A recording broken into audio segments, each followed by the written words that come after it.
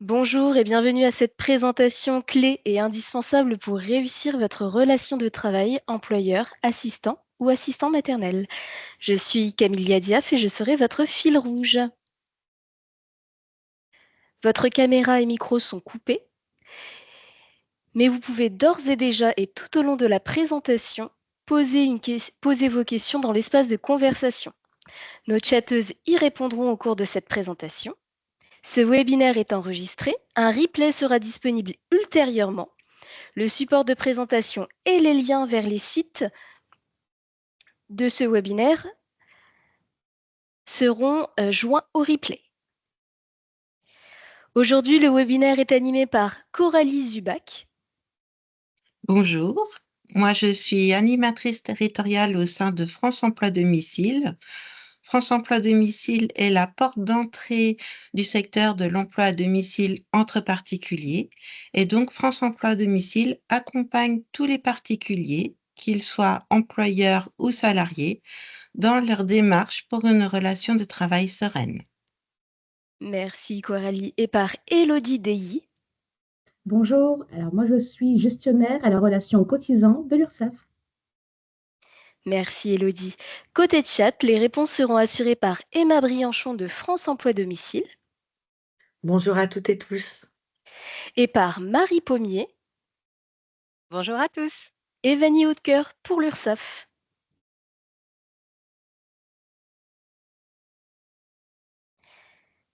Donc, au cours de cette présentation, nous aborderons 5 points. Premier point, le contrat de travail, la mensualisation, la rémunération des heures non prévues au contrat de travail, le complément de salaire et les démarches à effectuer pour rompre le contrat de travail. Dans le chat, vous trouverez les liens directs vers le site Page Emploi de l'URSSAF et vers le site d'information et de services France Emploi à domicile.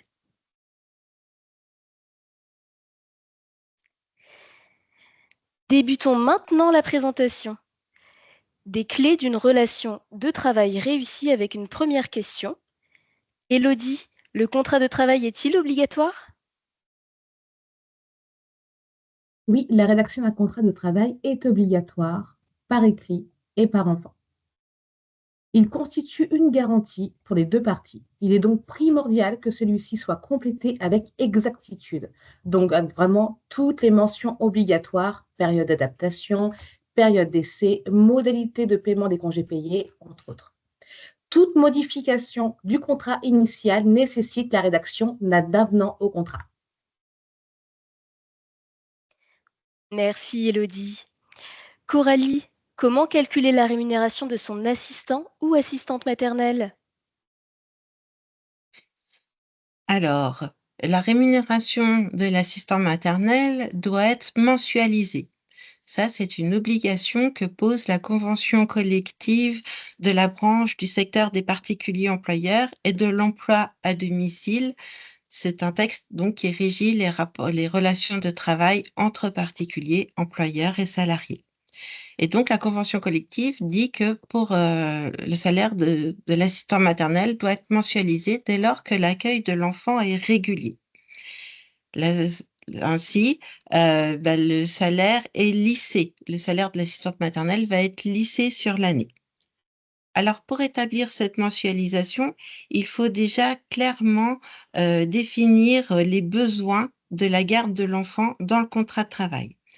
Fixer le nombre d'heures d'accueil de l'enfant au cours d'une semaine, ainsi que les jours de la semaine pendant lesquels l'accueil va se faire, et donc le nombre de jours pendant lesquels il y aura accueil pendant la semaine. Il faudra également préciser le taux horaire de l'assistante maternelle, d'abord en brut, puis mettre son équivalence en net au jour de la signature du contrat. Et pour finir, il faudra déterminer le nombre de semaines d'accueil de l'enfant prévues au cours de l'année. Alors, pour déterminer donc, le nombre de semaines programmées, donc, c'est vraiment nécessaire. On ne peut pas passer outre. Donc, c'est afin donc, de savoir si la mensualisation sera établie sur 52 semaines, ou bien 46 semaines ou moins à l'année. À savoir que sur 52 semaines, les congés payés de l'assistant maternel sont inclus dans le salaire mensuel, mais que sur 46 semaines ou moins, les congés payés ne sont pas inclus. Donc, le parent employeur devra les payer suivant les modalités établies au contrat de travail.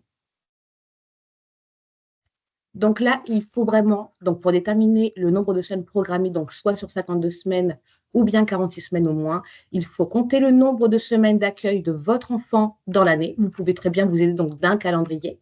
Vous le verrez donc sur les exemples qu'on va vous montrer. En déduisant également donc les périodes pendant lesquelles l'enfant ne sera pas confié à l'assistant maternel. Donc, par exemple, les congés du parent employeur, les congés de l'assistant maternel ou bien les RTT, voilà, beaucoup de choses comme ça, par exemple, pour le parent employeur. Et donc là, on va vous montrer donc 3 exemples possibles. Alors, je vais commencer par le premier exemple. Donc, à l'écran, vous avez une situation. Pour les 3 exemples, on a choisi un calendrier civil, hein, pour que ce soit plus simple. Donc, première situation, le parent employeur et l'assistante maternelle prennent leur congé, mais ils n'ont aucune semaine en commun. Dans ce schéma-là, donc le parent a 5 semaines de congé. Il prévoit 1 semaine en avril, 3 semaines en juillet et 1 semaine en décembre. Tandis que l'assistant maternel prévoit de ne pas garder l'enfant pendant 7 semaines au cours de l'année. Donc 1 semaine en février, 4 semaines en août, 1 semaine en octobre et 1 semaine en décembre. Donc qui ne tombent pas en même temps que la semaine choisie par le parent pour poser ses congés. Donc, fort de tout ça, eh bien, on constate qu'il y aura donc 12 semaines dans l'année pendant lesquelles l'enfant ne sera pas confié à la garde de l'enfant. Donc, on va déduire ces 12 semaines des 52 semaines que comporte une année et du coup, il y aura 40 semaines d'accueil au cours de l'année. Alors, la mensualisation va se faire sur 40 semaines.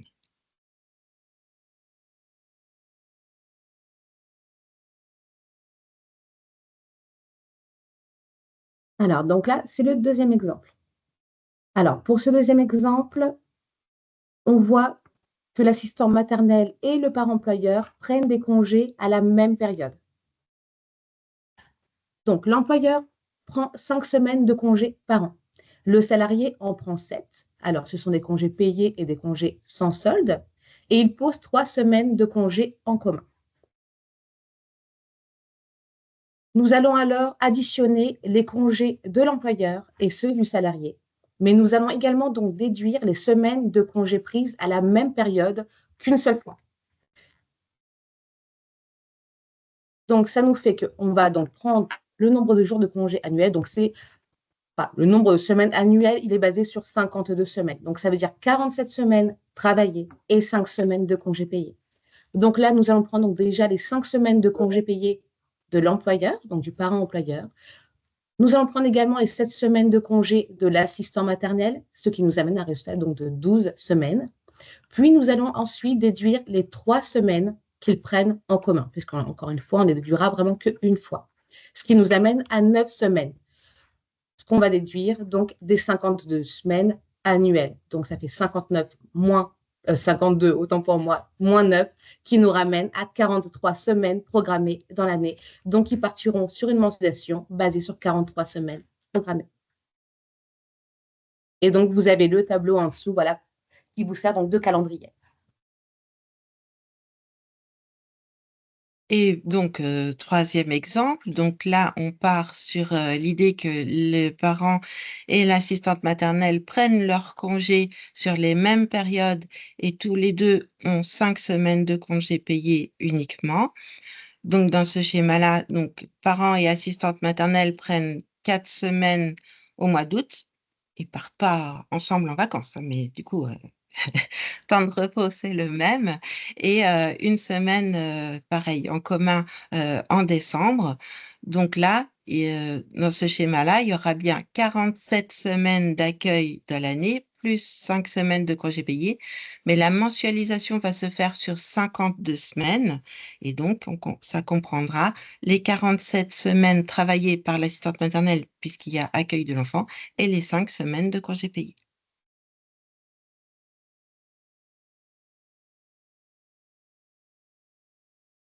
Donc, calculer la mensualisation est vraiment indispensable. Il vous faudra donc déterminer le nombre d'heures mensuelles ainsi que le salaire mensualisé et le nombre de jours mensualisés. Donc, pour les calculer, donc, le nombre d'heures mensuelles, vous prenez le nombre d'heures travaillées par semaine que vous multiplierez par le nombre de semaines programmées dans l'année et le résultat, vous le diviserez par 12. Pour calculer le salaire mensualisé, vous prendrez le nombre d'heures mensuelles que vous venez donc de calculer, que vous multiplierez par le taux horaire net. Et donc, il ne nous reste plus que le nombre de jours mensualisés. Donc là, vous prendrez le nombre de jours travaillés par semaine, multiplié par le nombre de semaines programmées dans l'année, que vous diviserez donc par 12. Et là, vous avez donc les 3 informations qui sont le nombre d'heures mensualisées, le salaire mensualisé et le nombre de jours mensualisés. Merci beaucoup Coralie et Elodie. Alors, Coralie, comment rémunérer les heures non prévues au contrat et quelles peuvent être ces heures? Alors en fait, il y a 2 types d'heures, on va vous parler de 2 types d'heures. Déjà, il faut savoir que la durée conventionnelle du travail pour les assistantes maternelles est de 45 heures par semaine. Ça, c'est une spécificité, vraiment pour le métier d'assistante maternelle. Comme on l'a dit précédemment, le nombre d'heures d'accueil de l'enfant par semaine doit être prévu au contrat. Et s'il est dépassé, sans dépasser 45 heures de travail par semaine, et ben du coup, on parlera d'heures complémentaires. Prenons un exemple concret. Oups, attends, t'es allé trop vite. Reviens, merci. Euh, Pardon. Alors, j'en étais à mon exemple concret. Par exemple, si le contrat de travail prévoit l'accueil d'un enfant pendant 40 heures par semaine et bah, durant une semaine, le parent, il a des réunions ou bref. Et l'enfant est confié un peu plus. Il est confié 43 heures pendant 43 heures au cours de la semaine. Donc, du coup, dans cet exemple-là, il y aura 3 heures complémentaires.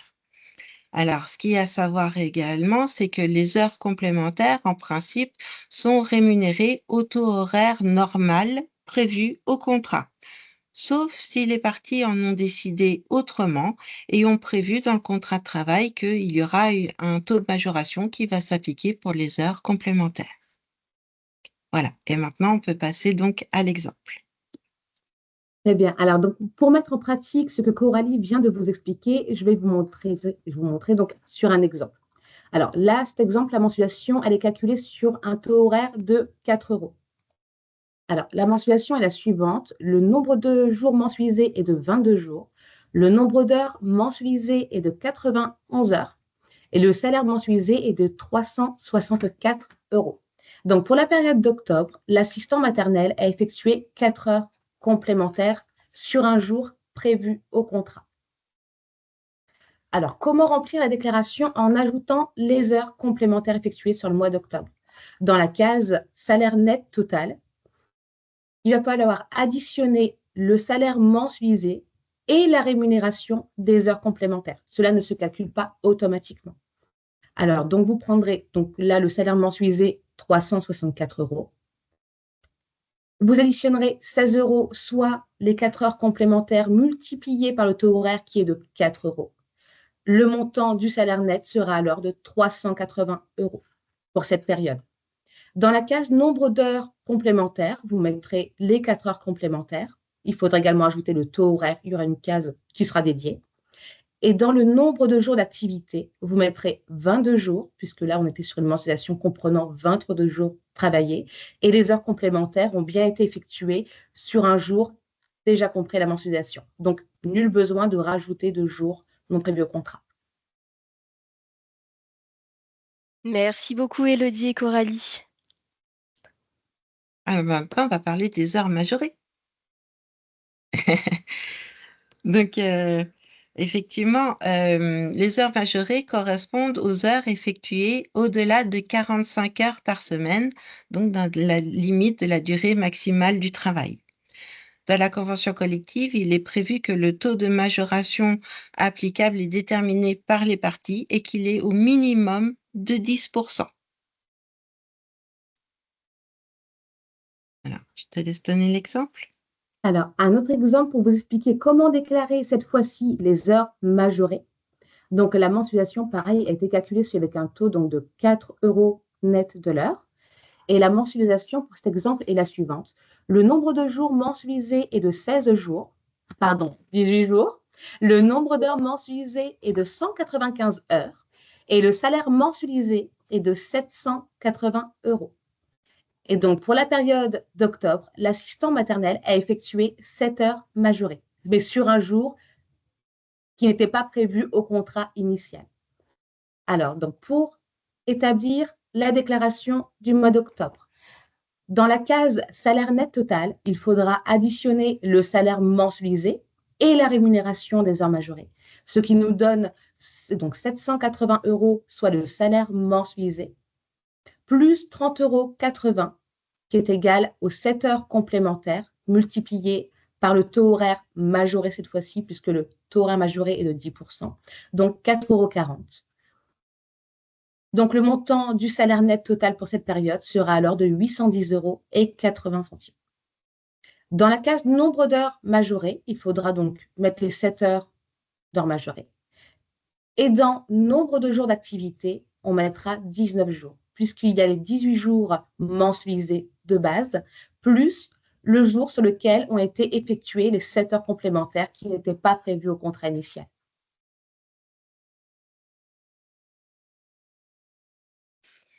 Merci beaucoup, Coralie et Elodie.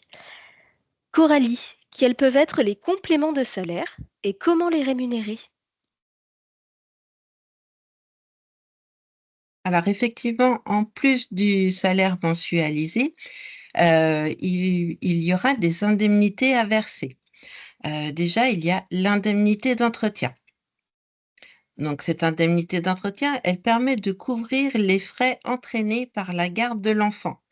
L'eau, le chauffage, l'électricité, l'équipement pour l'accueil de l'enfant.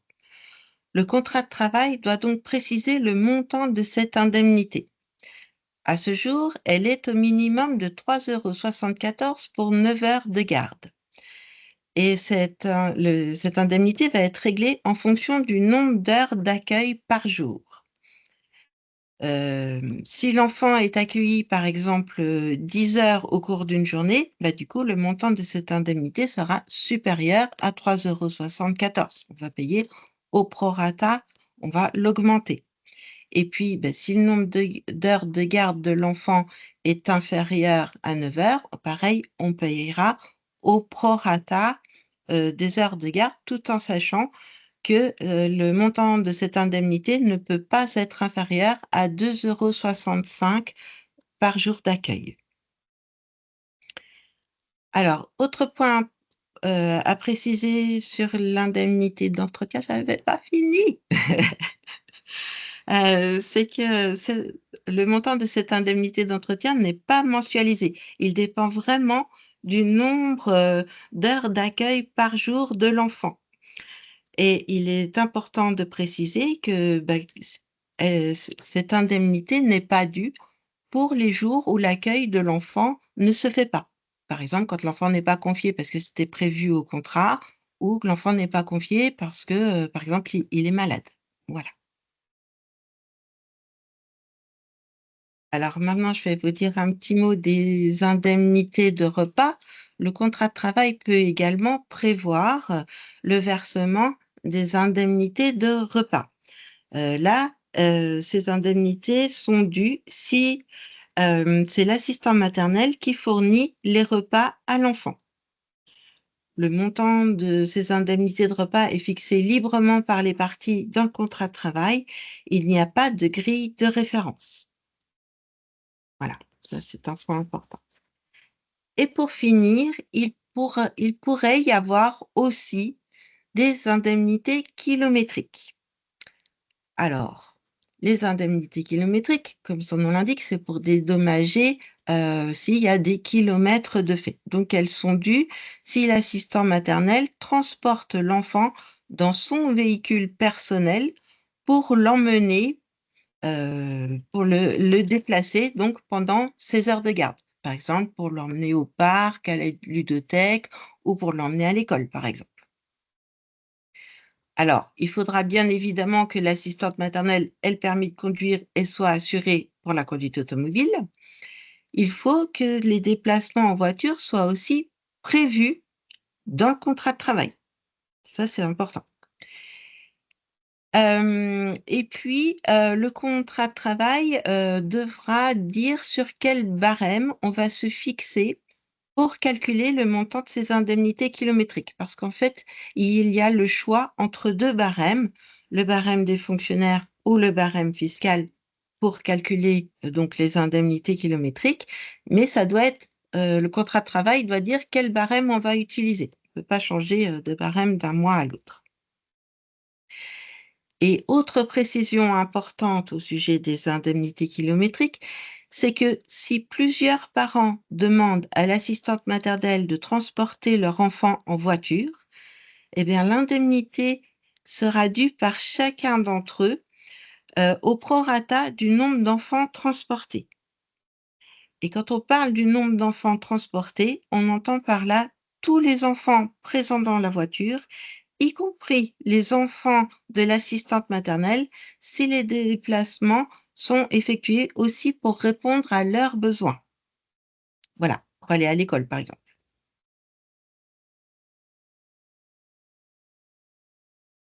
Merci beaucoup, Coralie. Élodie, dans quel cas peut-on mettre fin au contrat de travail? Alors, donc déjà, la relation de travail donc, prendra fin un jour pour diverses raisons. Et vous devrez alors donc procéder à la fin de contrat en appliquant la procédure qui convient selon la situation. Donc là, nous avons donc les différents cas de rupture du contrat possible. Donc, il y a la rupture à l'initiative du parent employeur, la démission de l'assistant maternel, le départ volontaire à la retraite de l'assistant maternel, la suspension ou le retrait de l'agrément et également donc le décès de l'assistant maternel ou bien de l'enfant gardé. Alors, donc aujourd'hui, nous limitons la présentation à la liste des cas de rupture de contrat, mais nous vous proposerons une présentation de ces différents cas et des démarches effectuées pour chacun d'eux dans un prochain numéro. Merci Élodie. Pour aller plus loin, nous vous invitons à consulter nos 2 sites. Vous y trouverez toutes les informations transmises lors de ce webinaire et bien d'autres. Les modalités de contact des conseillers, la documentation indispensable et les actualités qui vous concernent. Nous insérons ces liens dans le chat.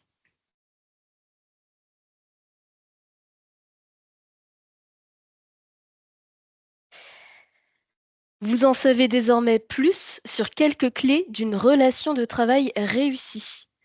Je vous rappelle que le replay sera prochainement disponible sur les chaînes YouTube des URSSAF du Grand Est. Vous y trouverez associé le support de présentation et les liens cités dans cette présentation. Nous vous remercions d'avoir assisté à ce webinaire et nous vous souhaitons une bonne après-midi.